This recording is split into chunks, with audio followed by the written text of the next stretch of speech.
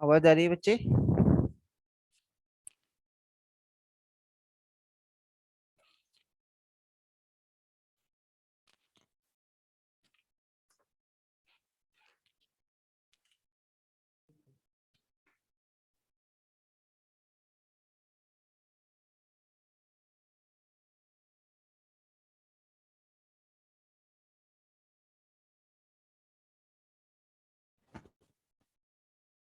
अब क्लियर है? चलो सही है, कर रहे हैं भाई, शुरू कर रहे हैं। देखो आपको थोड़ा सा मैं अभी दिखाई नहीं दे रहा हूँ, लाइट चली गई, अभी आ जाएगी तो फिर आपको दिखाई भी देगा। बोर्ड आप सबको नजर आ रहा होगा। जो चैप्टर है आपका, हाँ अब क्लियर है। जो चैप्टर है आपका, भाई चैप्टर है आपका नेक्स्ट अर्थमेटिक प्रोग्रेशन, यानी कि एपी। आप लोग अपनी नोटबुक में पूरा पूरा ही लिखें, अर्थमेटिक प्रोग्रेशन। ठीक है, अपन सीधा अर्थमेटिक प्रोग्रेशन पे ही आते हैं। छोटा मोटा डेफिनेशन तो आता ही है, सीक्वेंस हो गया, सीरीज हो गया, वो तो आप सबको पहले ही पता है। ठीक है, हम सीधा बात करते हैं कि क्या होता है अर्थमेटिक प्रोग्रेशन। देखिए समझने की कोशिश कीजिए। प्रोग्रेशन होता है कि जब कोई सीरीज कोई पर्टिकुलर रूल फॉलो करे। प्रोग्रेशन होता है कि जब कोई सीरीज कोई पर्टिकुलर रूल फॉलो करे। फॉर एग्जाम्पल मैंने आपके सामने एक प्रोग्रेशन लिखता हूँ। मान लीजिए मैंने प्रोग्रेशन लिखा क्या, 2 मल्टीप्लाई 3 किया तो 6, मल्टीप्लाई 3 किया तो 18, मल्टीप्लाई 3 किया तो 54, ऐसे ही चलता जाएगा। तो हर बार मैंने 3 से मल्टीप्लाई कर दिया, बोलो सही बात है।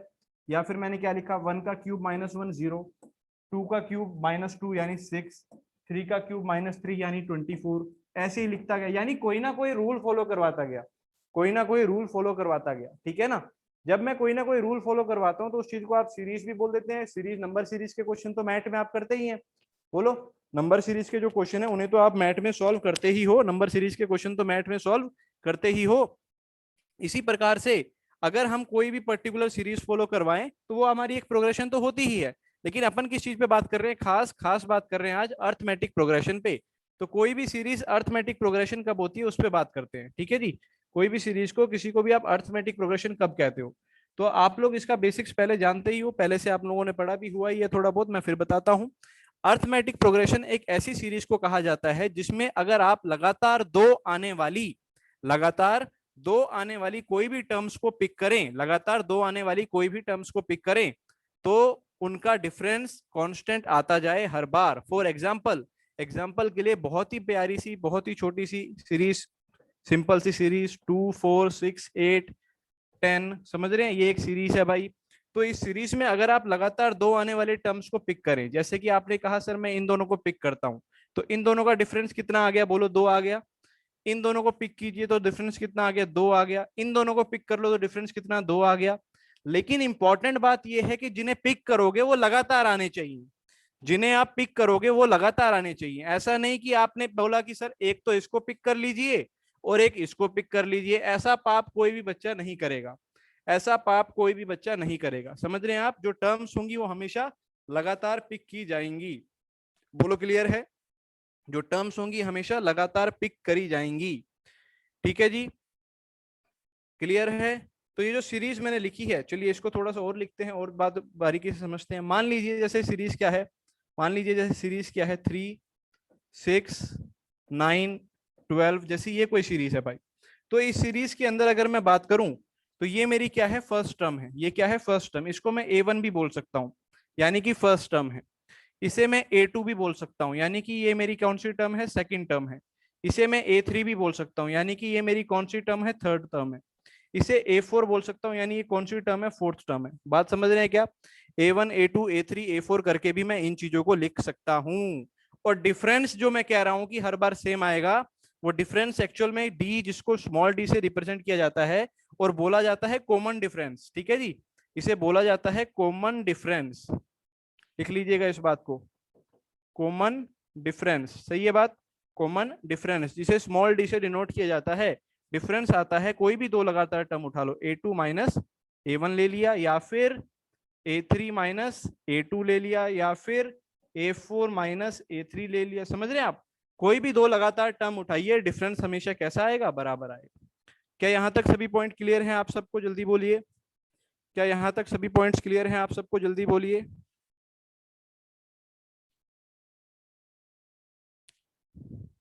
ठीक है, चलिए यहां तक का सभी पॉइंट सभी बच्चों को क्लियर है। इसी बात को थोड़ा सा और आगे मैं लेके जाता हूं। अगर आप इस बात को ध्यान से देख रहे होंगे, देखिए ध्यान से, मैंने कहा डिफरेंस को a2 माइनस ए वन लिखा, ऐसे ही a3 माइनस ए टू लिखा, ऐसे ही डिफरेंस को मैं a4 माइनस ए थ्री लिखूंगा। बोलो क्या ऐसे ही डिफरेंस को अगर मैं यहाँ पर a100 करता हूं तो यहाँ पर क्या आने वाला है? जल्दी बताओ, a100 के साथ क्या आने वाला है? जल्दी बताओ, a100 के साथ क्या आएगा? जल्दी से रिप्लाई दे दो। क्या 99 आ जाएगा? बोलो क्या यहाँ पे 99 आ जाएगा? सही बात है क्या? तो अगर मेरे को जनरल बात करनी हो, कि जनरल बात बोल दो सर, आप तो हमें बार बार ऐसे मत बोलो कि A2 A3 A4, एक जनरल बात बोल दो बस, जो सबके लिए लागू हो जाए, जो सबके लिए क्या हो जाए? लागू हो जाए। तो हम क्या करेंगे, यहां लिखेंगे an+1 माइनस an। ठीक है बात ये, an+1 minus an, where n belongs to क्या बोल सकते हैं अपन? Natural number. n क्या हो जाएंगे आपके? Natural number. बोलो अगर n को 1 पुट किया तो यहाँ 1 और यहाँ 2 हो जाएगा, तो a2 माइनस a1 आ गया। n को 2 पुट किया, यहाँ 2 और यहाँ 3, तो a3 माइनस a2 हो जाएगा। क्या ये बात समझ आ गई सभी को? जनरल फॉर्म समझ आ गई डिफरेंस के लिए? जनरल फॉर्म, हाँ जी, चलो सभी को ये वाली बात समझ में आ गई। डिफरेंस के लिए जनरल फॉर्म सभी बच्चों को क्लियर हो चुकी है। ठीक है, क्लियर है भाई? चलो अब मैं एक दो क्वेश्चन के साथ पहले आगे बढ़ता हूँ।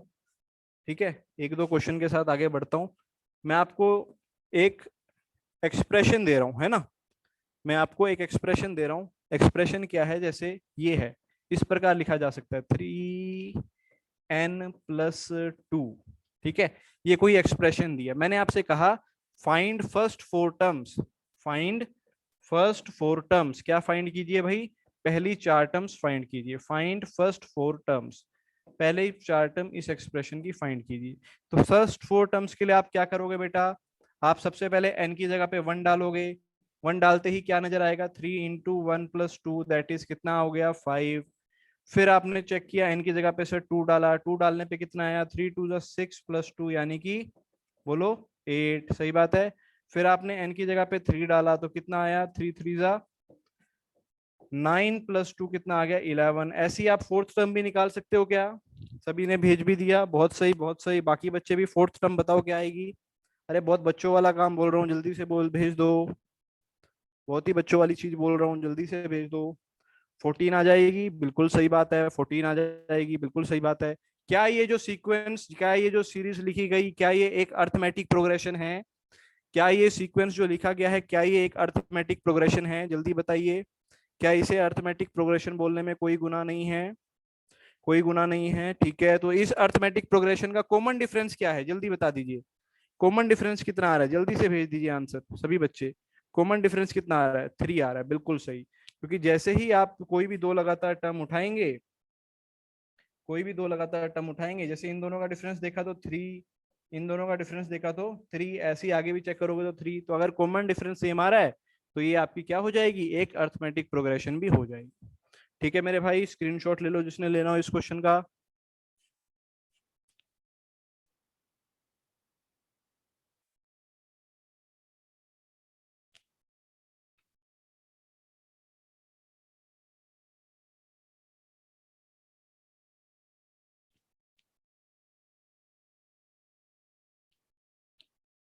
चलिए, उम्मीद करता हूँ यहाँ तक सभी बच्चों ने लिख लिया होगा। अब आगे बढ़ते हैं भाई।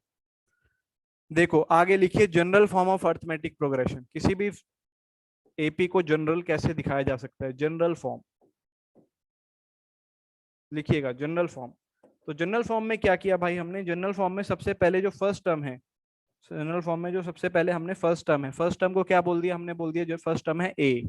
फर्स्ट टर्म कौन है? ए। फिर होगा क्या? इसमें कुछ डिफरेंस जुड़ जाएगा। इसमें कुछ डिफरेंस जुड़ जाएगा तो क्या आ जाएगा? बोलो a+d। बोलो सही बात है क्या?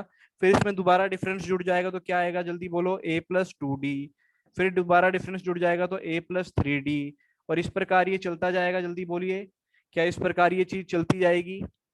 क्लियर है? General form a+d a+2d a+3d, इस तरीके से हमने एपी को बोल दिया। अच्छा, लेकिन सर अभी तो आपने थोड़ी देर पहले बोला था कि ये तो फर्स्ट टर्म होती है, ये हमारी सेकंड टर्म होती है, ये हमारी थर्ड टर्म होती है, और ये कौन सी टर्म हो गई, फोर्थ टर्म हो गई। अभी थोड़ी देर पहले तो बोला था फर्स्ट टर्म आती है, फिर सेकंड आती है, फिर थर्ड आती है, और फिर फोर्थ आती है। यही तो चलता है पूरा सीक्वेंस। तो अगर आप ध्यान से देखें, अगर आप ध्यान से देखें, यहाँ पर ए के जो बेस में आ रहा है 1 आ रहा है, A1। अगर यहाँ बेस में 1 आ रहा है तो ऊपर जो डी है उसका कोफिशिएंट 0 आ रहा है। देखो ध्यान से, क्या यहाँ पर डिफरेंस आया? नहीं, यहाँ तो केवल ए ही आया।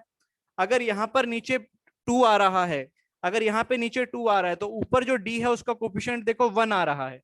यहाँ पर 3 आ रहा है तो यहाँ पे कोफिशिएंट क्या आ रहा है भाई? 2 आ रहा है। बोलो, यहाँ 4 आ रहा है तो यहाँ पे कोफिशिएंट क्या आ रहा है भाई? 3 आ रहा है। क्या समझ में आ रही है बात? जल्दी बोलिए। जितना नीचे बेस में आ रहा है ऊपर डिफरेंस हमेशा एक कम करके आ रहा है। तो कल को अगर मुझे कोई an निकालने के लिए बोल दे, यानी nth टर्म निकालने के लिए बोल दे, जनरल टर्म बोल दे, तो इसको क्या बोलूंगा? देखो हर बार a तो आ ही रहा है, तो a तो आएगा ही, लेकिन जो d होगा उसके साथ क्या आएगा? n-1, क्योंकि यहाँ n है तो यहाँ पर एक कम होके आएगा। क्या ये पॉइंट क्लियर है सभी को? जल्दी बोलिए, क्या ये पॉइंट क्लियर है सभी को? Very important formula. ठीक है जी, very important formula. an nth term of ap, a plus n-1 into d. बोलो सही बात क्या? a plus n-1 into D, सही बात क्या? यहां पर जो a होगा, यहां पर जो a होगा, यहां पर जो a होगा उसे फर्स्ट टर्म बोला जाएगा। यहां पर जो a होगा, a को क्या बोलते हैं अपन? First term. a क्या होती है? हमारी फर्स्ट टर्म होती है, पहली टर्म सीक्वेंस की जो रहेगी। n आपका होता है number of terms, n is equal to number of terms, सही है क्या? और d तो आप जानते ही हो, d क्या होता है? Common difference. d क्या होता है? Common difference. फॉर्मूला याद कर लेना बेटा, बहुत इंपॉर्टेंट है। Common difference. बोलो सही बात है क्या? बहुत मामूली सी बात आप सबके बीच में मैं ले आया। क्लियर? अब एक क्वेश्चन इस पे देखो, कैसे हम जनरल टर्म का प्रयोग कर सकते हैं। देखिएगा ध्यान से, कैसे जनरल टर्म का प्रयोग करेंगे। फॉर एग्जाम्पल एक क्वेश्चन हम लिख लेते हैं। फॉर एग्जाम्पल हमारे पास जो सीक्वेंस दिया गया है वो दिया गया है, मान लीजिए दिया गया है 3, फिर दे रखा है 7, फिर दे रखा है 11, ऐसे ही चलता जा रहा है। और मुझसे कहता है फाइंड, फाइंड एक काम करो, फाइंड 100th टर्म। कौन सी टर्म फाइंड करो? 100th टर्म, यानी वो टर्म जो इस प्रोग्रेशन में 100वें नंबर पर आएगी। तो आप करेंगे कैसे? सबसे पहले आप देखेंगे कि जो डिफरेंस आ रहा है हर बार सेम आ रहा है।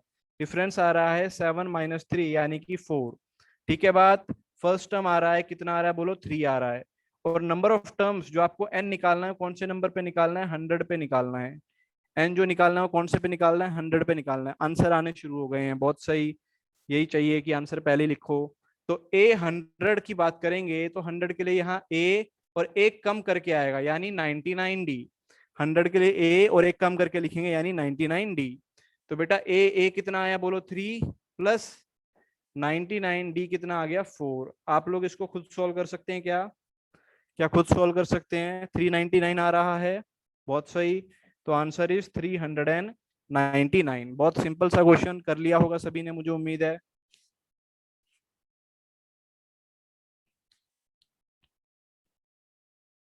ठीक है भाई,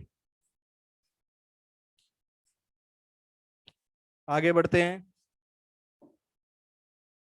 तो यहां से आप एक बात देखिए, मैं कुछ एपीज आपके सामने लिख रहा हूँ एग्जाम्पल के तौर पे, आप लोग देखिएगा। जैसे एक एपी बहुत सिंपल सी लिख लेते हैं, 2 4 6 8, जैसे ये एक एपी लिखी। फिर एक एपी मैं आपके सामने लिख रहा हूँ 8 5 3, समझ रहे हैं? एक एपी ये लिख दी। फिर एक मैंने ये चीज लिख दिया 2 2 2 2, ये चलता जा रहा है। मैं चाहता हूं कि आप तीनों का डिफरेंस देखें। तो पहले वाले में जो डिफरेंस आ रहा है भाई वो आ रहा है 2 का। इस वाले में अगर आप डिफरेंस देखें तो 5-8 यानी -3 का। और इस वाले में डिफरेंस देखें तो 0 आ रहा है। बोलिए क्या तीनों चीजें क्लियर है? डिफरेंस 2 भी आ रहा है, -3 भी आ रहा है, और 0 भी आ रहा है। बोलो सही बात है? यानी जो कॉमन डिफरेंस होता है वो पॉजिटिव, नेगेटिव और 0 तीनों हो सकता है। वो पॉजिटिव भी हो सकता है, नेगेटिव भी हो सकता है, और 0 भी हो सकता है। तो अगर कॉमन डिफरेंस जो है वो पॉजिटिव है, अगर कॉमन डिफरेंस पॉजिटिव है, यहां लिख लेते हैं इस बात को कि अगर जो कॉमन डिफरेंस है अगर वो क्या है भाई पॉजिटिव है, तो उस केस में जो एपी होगी उसे बोला जाता है इंक्रीजिंग एपी, उसे बोला जाता है इंक्रीजिंग एपी। क्लियर है, उसे बोला जाएगा इंक्रीजिंग एपी। अगर डी जो है वो नेगेटिव है तो उसे बोला जाता है डिक्रीजिंग एपी। आप देख सकते हो एपी डिक्रीज होती हुई नजर आएगी, एपी डिक्रीज होती हुई नजर आएगी। और अगर डी अगर आपका 0 आ गया तो उसे बोला जाएगा कांस्टेंट एपी। क्या बोला जाएगा मेरे भाई? Constant AP. क्या सभी को ये बातें क्लियर हो गई? सिंपल सिंपल सी डेफिनेशन। सेकंड एपी में नहीं लिखी क्या मैंने? ओहो, my mistake my mistake my mistake, मेरे से गलती हो गई, यहाँ पे 2 आ जाएगा। क्या अब सही है? यहाँ पे 2 आ जाएगा, अब सही है? अरे बड़े बड़े शहरों में छोटी छोटी गलतियां हो जाती हैं भाई, है ना। मैंने जानबूझ के लिखा था, पता है, मैं देखना चाह रहा था आप में से कौन कौन जाग रहा है।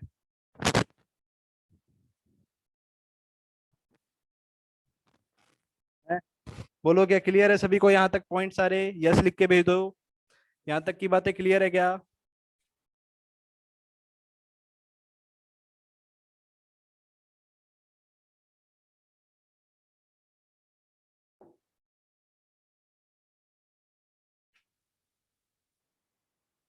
बढ़ते हैं आगे भाई। चलो अब एक बहुत ही खतरनाक नोट लिखिए, है ना। एक नोट लिखिए जो कि काफी खतरनाक है, याद रखना ही रखना है तो सिंपल, लेकिन शुरू शुरू में आपको याद रखना ही रखना है। खतरनाक नोट क्या है कि इफ, अगर ऐसा हो जाए कि तीन term A B C are in AP, अगर ये तीन टर्म्स आपकी किस में हो जाएं? अर्थमेटिक प्रोग्रेशन में आ जाएं। If A B C are in AP, if A B C are in AP, अगर ये अर्थमेटिक प्रोग्रेशन में है, तो आप जानते हो कि जो डिफरेंस होगा, जो डिफरेंस होगा, डिफरेंस डिफरेंस को मैं पूरा लिख लेता हूं ताकि आपको फिर कंफ्यूजन ना हो कि डी कहां से एकदम से आप ले आए। जो डिफरेंस होगा, जो डिफरेंस होगा, क्या होगा? बी माइनस ए होगा, बोलो। इसमें से इसको माइनस करना, या फिर सी माइनस बी होगा, बोलो। या फिर सी माइनस बी होगा, जल्दी से बोलो। बी माइनस ए होगा या फिर सी माइनस बी होगा, ठीक है बात। अच्छा, तो बी को तो इधर ले आओ, बी को तो इधर ले आओ तो हो जाएगा 2b इज इक्वल टू ए को उधर ले जाओ तो a प्लस सी। तो ये बहुत ही इंपॉर्टेंट एक रिलेशन है बेटा जिसको आपको दिमाग में रखना है कि अगर ए बी सी एपी में है तो twice of second term twice of b is equal to a plus c आएगा। क्या क्लियर है सभी को?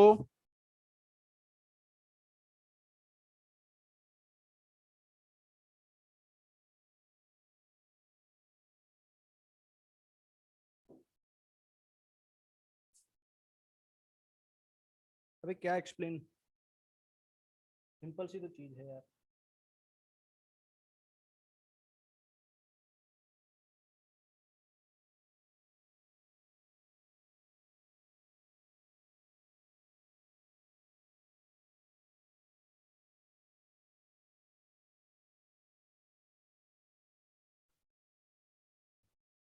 यहाँ तक क्लियर है? एक बार यस लिखो जल्दी सारे बाकी। सर ये क्वेश्चन मॉड्यूल में भी है? हाँ है, बिल्कुल है भाई।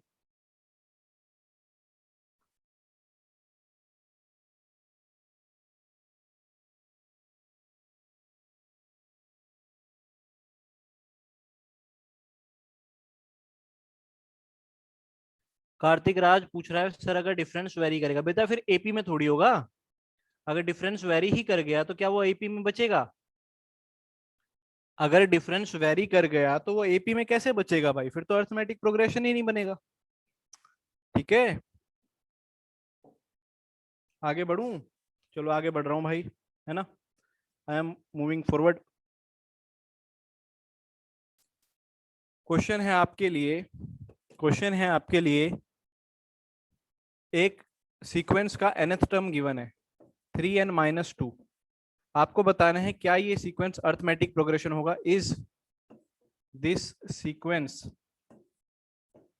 Is arithmetic progression? अगर है, if so, then find 10th term, then find 10th term. हाँ जी, बताइए क्या होगा आंसर।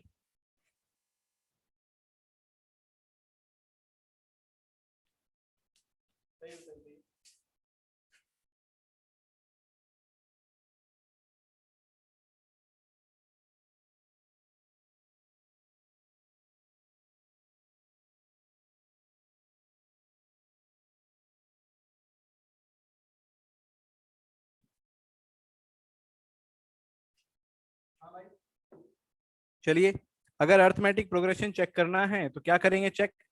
आप इसको T1 निकाल के देखो तो T1 कितना आ रहा है, 3 × 1 - 2 यानी 1। T2 कितना आ रहा है, 3 × 2 6 - 2 यानी 4। T3 कितना आएगा, 3 × 3 = 9 - 2 यानी कि 7। सही है क्या। और बस तीन टर्म निकाल के डिफरेंस देख लो, कितना डिफरेंस आ गया, 3 का आ गया। कितना डिफरेंस आ गया, 3 का आ गया। बोलो सही बात है क्या। डिफरेंस हर बार कितने का आ रहा है, 3 3 का डिफरेंस आ रहा है। ठीक है भाई, अगर डिफरेंस आ गया सेम तो एपी तो है ही, तो एपी तो है, तो एपी की 10th टर्म निकालनी तो इसी में T10 डाल दो बस। बोलो कितना आ जाएगा, 3 × 10 - 2 कितना आ गया, 30 - 2 यानी 28। तो ये आपका फाइनल आंसर। ठीक है भाई, स्क्रीनशॉट ले लो जिसने लेना हो।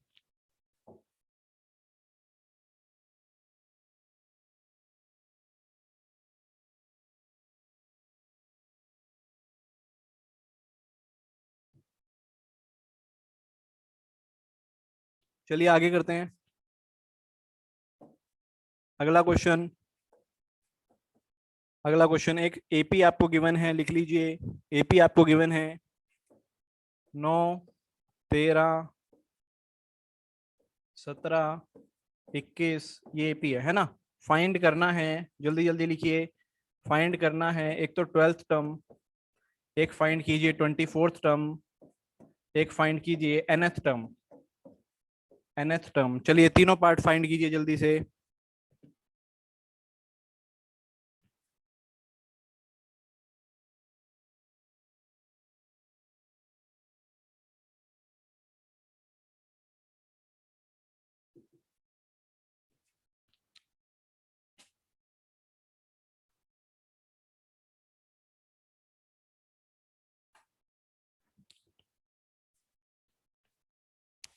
हाँ जी, क्या हो गया, हो गया, हो गया, क्या हो गया क्वेश्चन आपका।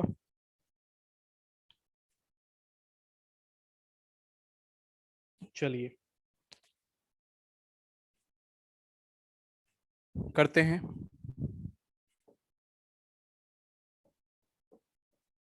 तो आप ध्यान से देखेंगे तो ए तो आपको 9 दे रखा है, डिफरेंस इस एपी का 4 आ रहा है ना।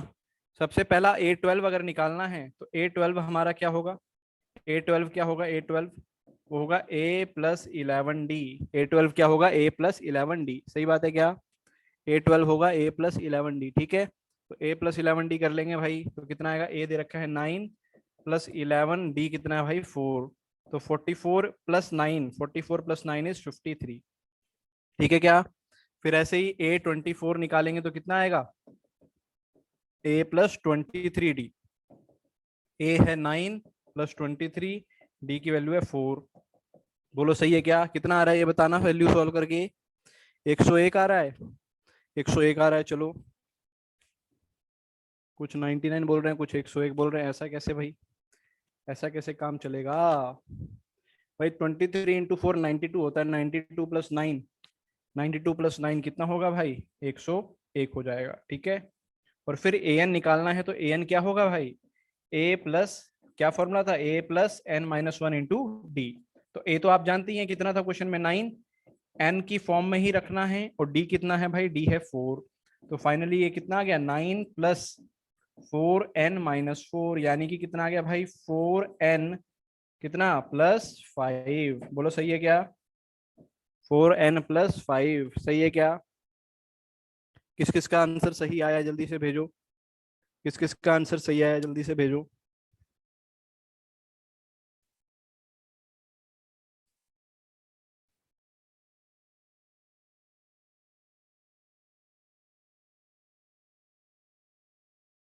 चलो अब मैं आपको एक चीज पे आपका ध्यान ले जाना चाहता हूँ। जितने क्वेश्चन अभी तक हमने कर लिए उसके ऊपर, ठीक है। सर डी नेगेटिव है, डी नेगेटिव कहाँ है भाई, पॉजिटिव तो है। बेटा डी कैसे निकालेगा, सेकंड में से पहले को माइनस करेगा, 13 में से 9 जाएगा तभी तो 4 आएगा। आप सीधा मत माइनस करना, मैं इसलिए बोल रहा था, वो इसलिए मैंने लिखवाया भी था डी वाला। देखो ना डी वाला मैंने लिखवाया था एक जगह भी पूरा। ये देखो कॉमन डिफरेंस का पेज जो था ये, इस पे क्या लिखवाया था कि हमेशा जो बाद में आती है टर्म उसमें से माइनस करते हैं, A2 minus A1, A3 minus A2, A4 minus A3। ठीक है, चलो तो देखो मैं कुछ चीजों पे आपका ध्यान ले जाऊंगा। जैसे कि ये क्वेश्चन अभी हमने किया था, आपको ध्यान है ये क्वेश्चन हमने किया था थोड़ी देर पहले। हमने चेक किया था कि ये वाली सीक्वेंस अर्थमेटिक प्रोग्रेशन आ गया था। हमने चेक किया था कि ये वाला सीक्वेंस अर्थमेटिक प्रोग्रेशन आ गया था। बोलो सही बात है। अगर ये अर्थमेटिक प्रोग्रेशन आ गया था तो इसका डिफरेंस देखो 3 आ रहा था, डिफरेंस 3 आ रहा था। मैं ये चाहता हूं आप ये देखो कि जो इसकी nth टर्म है उसमें n का कोफिशिएंट क्या आ रहा है, n का कोफिशिएंट क्या आ रहा है, जल्दी बोलो, n का कोफिशिएंट क्या आ रहा है। क्या वो भी 3 आ रहा है, क्या वो भी 3 आ रहा है, जल्दी बोलो, क्या वो भी 3 आ रहा है। ठीक है बात, अच्छा चलो और देखते हैं, और भी तो क्वेश्चन किए हमने nth टर्म पे आज, और भी तो क्वेश्चन किए हमने nth टर्म पे। यहाँ देखो ये वाला जो एक्सप्रेशन था, इसमें भी आप ध्यान से देखो, इस क्वेश्चन में भी जो डिफरेंस था वो 3 आ रहा था, और n का कोफिशिएंट भी क्या आ रहा है भाई, 3 ही आ रहा है। बोलो सही बात है क्या, n का कोफिशिएंट भी क्या आ रहा है, 3 ही आ रहा है। अच्छा और देखते हैं अभी जो एक क्वेश्चन और किया हमने, ये क्वेश्चन अभी थोड़ी देर पहले किया आपने, देखो ध्यान से, डिफरेंस कितना था भाई, 4 था, डिफरेंस कितना था, 4 था। तो nth टर्म में जो n का कोफिशिएंट है वो भी कितना आ गया, 4 आ गया। nth टर्म में जो n का कोफिशिएंट है बोलो वो भी कितना आ गया, 4 आ गया। क्या मेरी बात समझ पा रहे हो आप, क्या मेरी बात समझ पा रहे हो आप, जल्दी बोलो, क्या इतना पॉइंट आप सब समझ पाए कि हो क्या रहा है, कि यानी कि अगर आप ध्यान से देखें, अगर आप ध्यान से देखें, क्या देखें भाई, क्या देखें, आप ध्यान से देखें कि जो nth टर्म होती है, nth टर्म को आप लिखते हैं भाई a plus n minus 1 into d. बोलो लिखते हो, यही तो लिखते हो, कोई पाप तो नहीं किया मैंने लिखने में, बिल्कुल सही लिखा है, यही लिखते हैं, बिल्कुल यही लिखते हैं सर, हम तो यही लिखते हैं। देखो a प्लस आगे बोलो जब मल्टीप्लाई कराओगे n into D minus D. बोलो सही बात है क्या, n into D minus D. तो ये जो एक्सप्रेशन है ये क्या आया, n into D plus a minus D. तो मैं आपसे ये जानना चाह रहा हूं कि जो n का कोफिशिएंट आ रहा है, जो यहाँ पे n का कोफिशिएंट आ रहा है भाई, वो n का कोफिशिएंट क्या आ रहा है, जल्दी बोलो, n का कोफिशिएंट क्या आ रहा है, क्या वो d ही आ रहा है, वापस बोलो, n का कोफिशिएंट क्या d ही आ गया, बोलो जल्दी से, n का कोफिशिएंट क्या d आ रहा है। तो यानी कि अगर आपको किसी एपी की nth टर्म दे रखी है, किसी एपी की nth टर्म दे रखी है, किसी एपी की nth टर्म दे रखी है, तो उसमें जो n के साथ कोफिशिएंट आता है वही उस एपी का डिफरेंस होता है, उसमें जो n के साथ कोफिशिएंट आता है वही उस एपी का क्या होगा, डिफरेंस होगा। बोलो क्या ये पॉइंट क्लियर है सभी को, इसे अपनी कॉपी में नोट कर लो भाई, इसे अपनी कॉपी में नोट कर लो, ठीक है, इसे अपनी कॉपी में नोट कर लो। दो बातें नोट कर लो, क्या, पहली बात वही इंपॉर्टेंट नोट है ना, नोट डाल के नोट करिए। पहली बात जो आप देख पा रहे हैं कि nth term of AP, nth term of AP is a linear term, linear expression, बोलो, is a linear expression in n। किसी भी एपी का जो nth टर्म होता है वो एक लीनियर एक्सप्रेशन आता है, पहले तो इस बात में क्लियर है, क्या ये पॉइंट क्लियर है, किसी भी एपी का जो nth टर्म आएगा वो लीनियर एक्सप्रेशन आएगा, ना तो क्वाड्रेटिक ना क्यूबिक। आप देख लो n की हाईएस्ट पावर 1 आ रही है क्या, n की हाईएस्ट पावर 1 आ रही है, रिप्लाई तो करो यार, रिप्लाई नहीं कर रहे, जल्दी रिप्लाई करो। क्या बात क्लियर हो रही है सभी को, क्या सभी को क्लियर हो रही है, बताओ। 61 बच्चे बैठे हुए हैं क्लास में फिर भी रिप्लाई नहीं आ रहा, तो क्या मजा आएगा फिर। हाँ रिप्लाई करो भाई, ऐसे मैसेज आनी चाहिए आप सबके।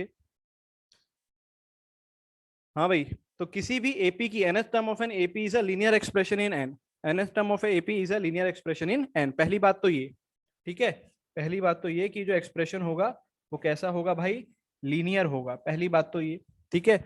और दूसरी बात ये, दूसरी बात ये क्या नोट कर लीजिए आप लोग इसी में, सेकंड पॉइंट जो अभी आपने लिखा, क्या, that if in a nth term, in nth, in nth term of AP, coefficient of n, coefficient of n is equal to difference,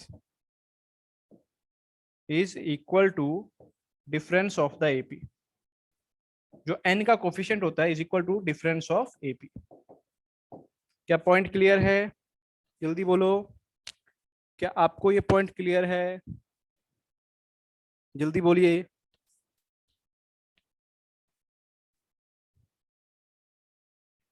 करें आगे, बढ़ा दूं आगे, देश आगे बढ़ाएं? चलिए देश आगे बढ़ाते हैं। आपके लिए अगला क्वेश्चन है, आपके लिए पहला पॉइंट रिपीट, पहला पॉइंट देख ले भाई दोबारा। पहले पॉइंट में मैंने ये कहा कि एपी की जो भी एनएस टर्म आएगी, देखिए जो एक्सप्रेशन आया है सॉल्व करके, ये एपी का एनएस टर्म का एक्सप्रेशन तो आया है। तो इसमें ध्यान से देख, एन का पावर क्या आ रहा है? 1। एन का पावर क्या आ रहा है? 1 आ रहा है। तो ये जो एक्सप्रेशन होगा हमेशा लीनियर एक्सप्रेशन होगा, यानी एन की पावर हमेशा क्या मिलेगी आपको? 1 ही मिलेगी। एन की पावर हमेशा क्या मिलेगी बेटा? 1 ही मिलेगी। ठीक है बात ये, nth टर्म में हमेशा लीनियर एक्सप्रेशन ही आएगा। चलो, आपके लिए मेरे पास एक क्वेश्चन आ गया है, क्वेश्चन लिखिए। आपको बताना है which term of the sequence, which term of the sequence, which term of the sequence, क्या दे रखा है? -1, 3, 7, 11 इज 95। इस सीक्वेंस में जो 95 है वो कौन से नंबर पे आएगा? जल्दी से बताओ, सॉल्व कीजिए। इस सीक्वेंस में जो 95 है वो कौन से नंबर पे आएगा? जल्दी बोलो।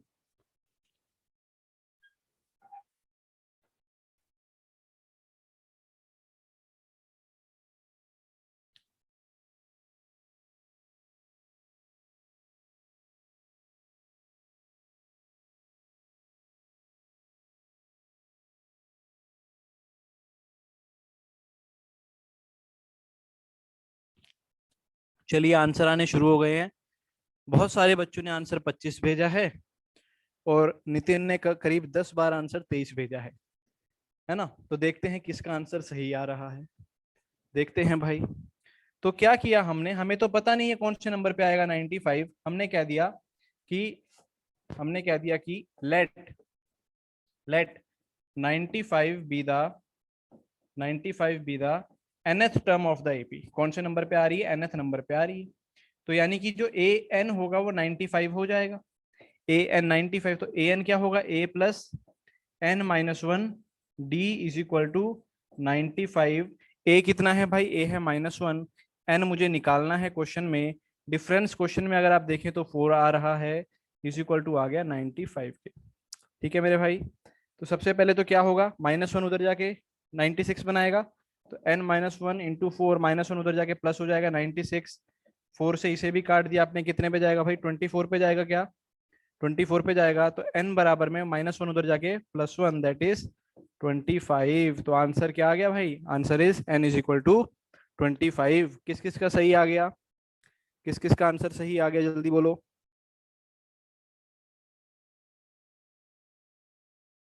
चलो सही है, सही है। काफी बच्चों का सही आंसर है, बहुत सही। चलिए अगला क्वेश्चन लिखिए भाई, अगला क्वेश्चन लिखिए जल्दी से। सभी बच्चे नेक्स्ट क्वेश्चन लिखेंगे। नेक्स्ट क्वेश्चन है आपके लिए, 10th टर्म, किसी एपी की जो 10वीं टर्म है वो दे रखी है आपको 52, 52। ठीक है भाई बात ये। 16th टर्म दे रखी है 82। 16वीं टर्म कितनी दे रखी है? 82। आपको करना क्या है, आपको निकालनी है 32nd टर्म और general term. Find find A32 and AN। आप तो मुझे पहले A32 निकाल के बताओ क्या आएगी। A32 सभी बच्चे सॉल्व करें, जल्दी से A32 सॉल्व करके बताएं।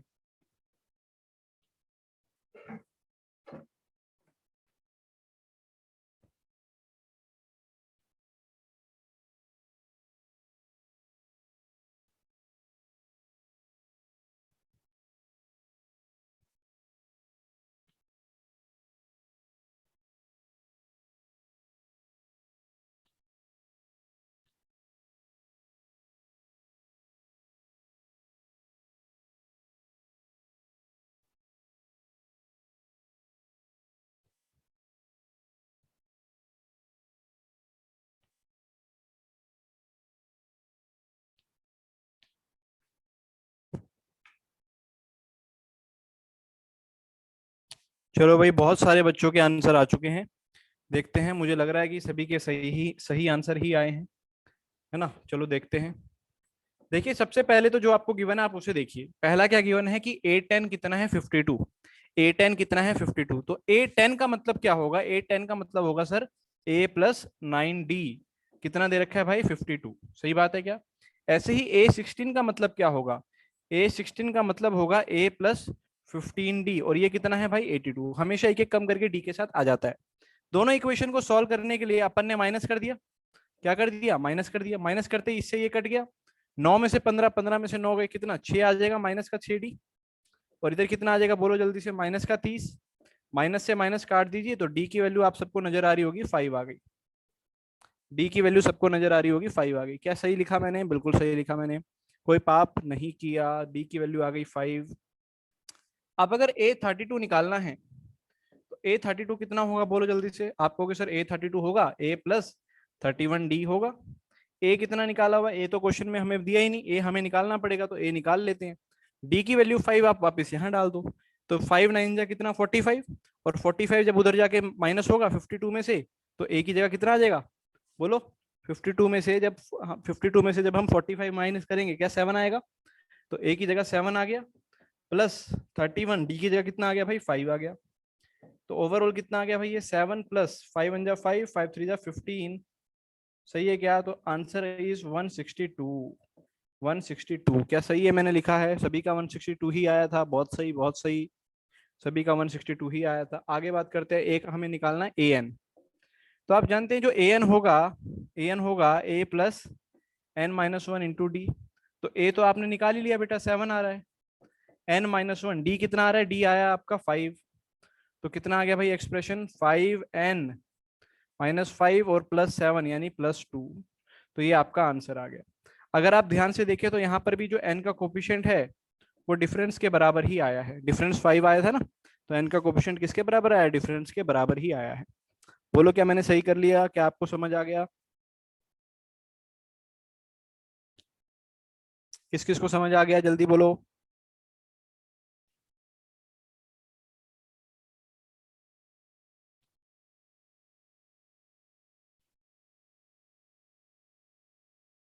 चलिए आगे बढ़ते हैं। अब मैं एक थोड़ा सा अच्छा क्वेश्चन में कंसीडर कर लूँ। थोड़ा सा अच्छा क्वेश्चन में कंसीडर कर लूँ, ठीक है। एक अच्छा सा क्वेश्चन कंसीडर कर रहा हूँ, देखिएगा ध्यान से। कह रहा है कि किसी एपी में, लेकिन पेन ये ब्लू वाला सही नहीं लग रहा, वाइट सही है।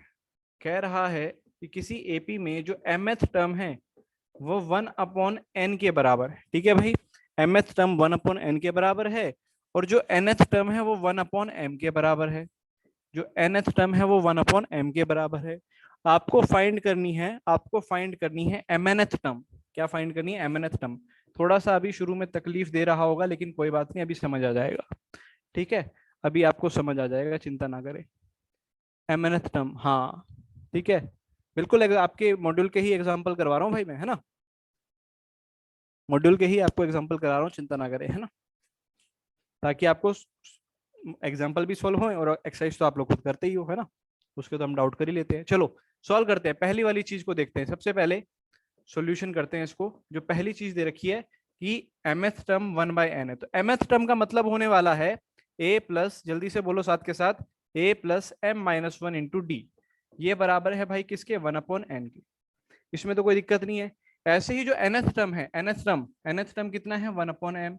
तो nth टर्म को क्या लिखूंगा? nth टर्म को क्या लिखूंगा? a+n-1 × d किसके बराबर होगा भाई? 1/m के होगा। इसमें तो कोई तकलीफ नहीं है। अब अगर मुझे ए और डी निकालना है तो दोनों इक्वेशन को माइनस कर दूं। ए और डी निकालना है तो दोनों इक्वेशन को क्या कर दूं? माइनस। जैसे ही दोनों को माइनस करेंगे, माइनस माइनस और माइनस, तो ए से ए तो कट जाएगा भाई, ए से ए कट जाएगा। यहां माइनस करने के लिए आप डी को बाहर निकालो कॉमन। तो डी को जब आप बाहर निकालोगे तो m-1 और फिर माइनस का n होगा, और माइनस माइनस प्लस का 1 होगा। तो 1 से 1 तो कट रहा है भाई, यहाँ पे केवल बचेगा m-n। इसे माइनस करके अपनी कॉपी में देख लेना भाई, है ना, नहीं तो आप कंफ्यूज हो जाएंगे। इसे माइनस करके अपनी कॉपी में देख लेना, डी कॉमन ले लेना, पहले डी बाहर, फिर m-1 और फिर माइनस का n और माइनस माइनस प्लस का 1 हो जाएगा। ठीक है भाई, बात ये क्लियर है? चलो इज इक्वल टू बराबर में क्या लिखा हुआ है भाई 1/n और माइनस क्या किया उसमें से 1/m किया। ठीक है मेरे भाई, यहाँ तक सभी बच्चों को बात क्लियर हो गई होगी, यहाँ तक सभी को बात क्या हो गई होगी, क्लियर हो गई होगी, बोलो जल्दी से। चलो तो आगे करते हैं काम। एक मिनट मैंने शायद पिछला पेज कर दिया क्या? हाँ आगे करते हैं काम। देखो भाई ध्यान से, तो यहां से आया कि d के साथ तो आया m-n इज इक्वल टू, यहाँ नीचे एलसीएम में आ जाएगा बेटा n और m और ऊपर भी आ जाएगा m-n। तो देखो दोनों साइड से m-n से m-n आप कैंसिल कर सकते हो, दोनों साइड से m-n से m-n कैंसिल कर दो तो d की वैल्यू आ गई 1/nm लिख लो या 1/mn लिख लो, दोनों एक ही बात है। बोलो ये बात पॉइंट क्लियर है, डी की वैल्यू आ गई 1/mn। अब डी की वैल्यू किसी भी एक इक्वेशन में पुट करके हम ए की वैल्यू निकालेंगे। जैसे मान लीजिए पहली इक्वेशन में पुट करते हैं, तो पहली इक्वेशन क्या थी भाई, पहली थी कि a plus m-1 into D is equal to किसके था भाई 1/n की। डी की वैल्यू पुट कर देते हैं यहाँ पे a प्लस m-1, डी की जगह क्या आ जाएगा भाई, डी की जगह आ जाएगा 1/mn is equal to 1/n। इसमें तो कोई दिक्कत नहीं है किसी को। देखो कैलकुलेशन तो आपको थोड़ा बहुत करना पड़ेगा, इसी से आपका दिमाग भी स्ट्रांग बनेगा, है ना। केवल बादाम खाने से हॉर्लिक्स पीने से नहीं होगा, आपको कैलकुलेशन भी करनी पड़ेगी कॉपी के अंदर।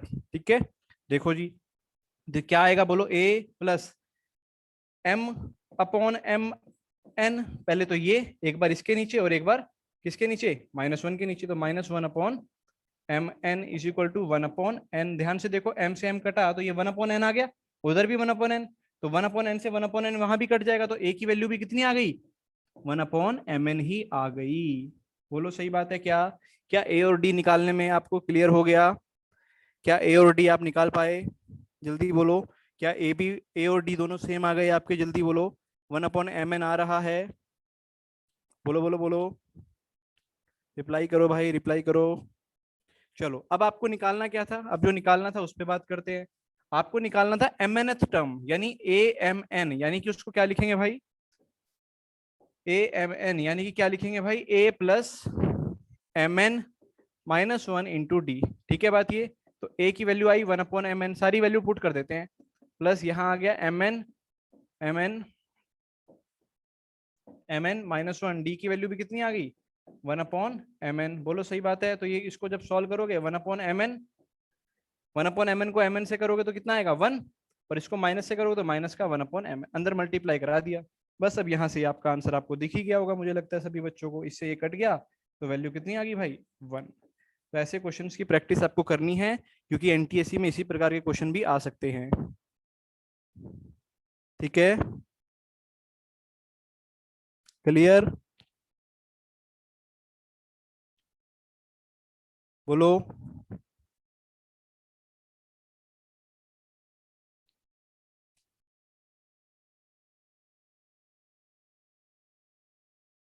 ठीक है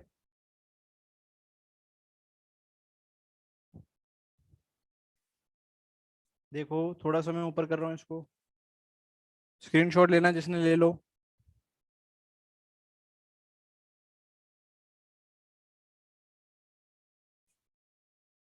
चलो ऊपर से भी क्वेश्चन, ये छोटा ही कर देते हैं, रुको छोटा कर रहा हूँ।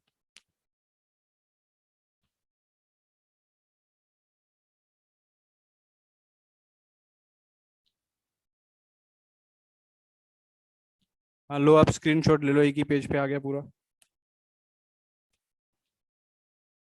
ठीक है भाई,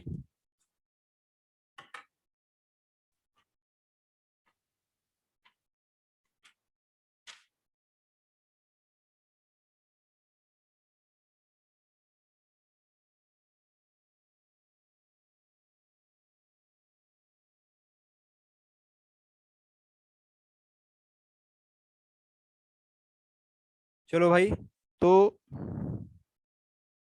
यहाँ तक के बेसिस पे, यहाँ तक के बेसिस पे क्वेश्चन जो आपको करने हैं साथ के साथ कर लेना। हाँ शॉर्ट ट्रिक है वैसे मनीष कुमार, शॉर्ट ट्रिक बिल्कुल होती है इस प्रकार के क्वेश्चन में ना, लेकिन मैं अभी वो शॉर्ट ट्रिक आपको बताना नहीं चाह रहा हूँ।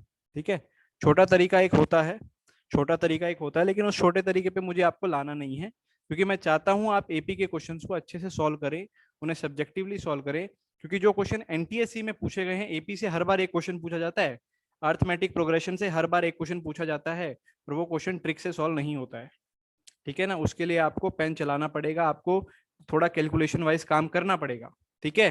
तो इसलिए इसको आप अभी फिलहाल कैलकुलेशन से ही करें, बाद में मैं जरूर बता दूंगा, लेकिन अभी तो आपको कैलकुलेशन से ही क्वेश्चन सॉल्व करने हैं, ताकि आपका पेन चले, आपका दिमाग चले कि यहाँ पर ये हो रहा है, यहाँ पर ये हो रहा है।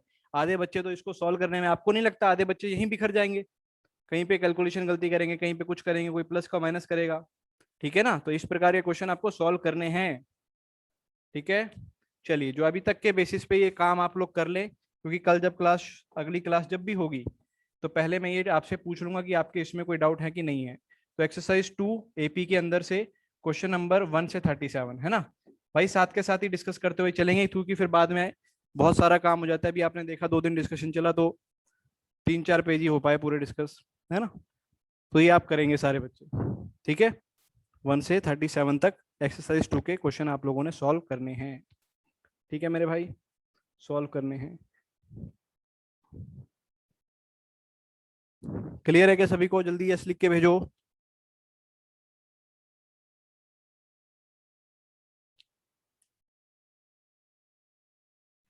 ठीक है, तो आज की सभा हम यहीं समाप्त कर रहे हैं, आज की सभा को यहीं पे समाप्त कर रहे हैं। मिलते हैं आपसे अगली क्लास में, ठीक है। Good bye.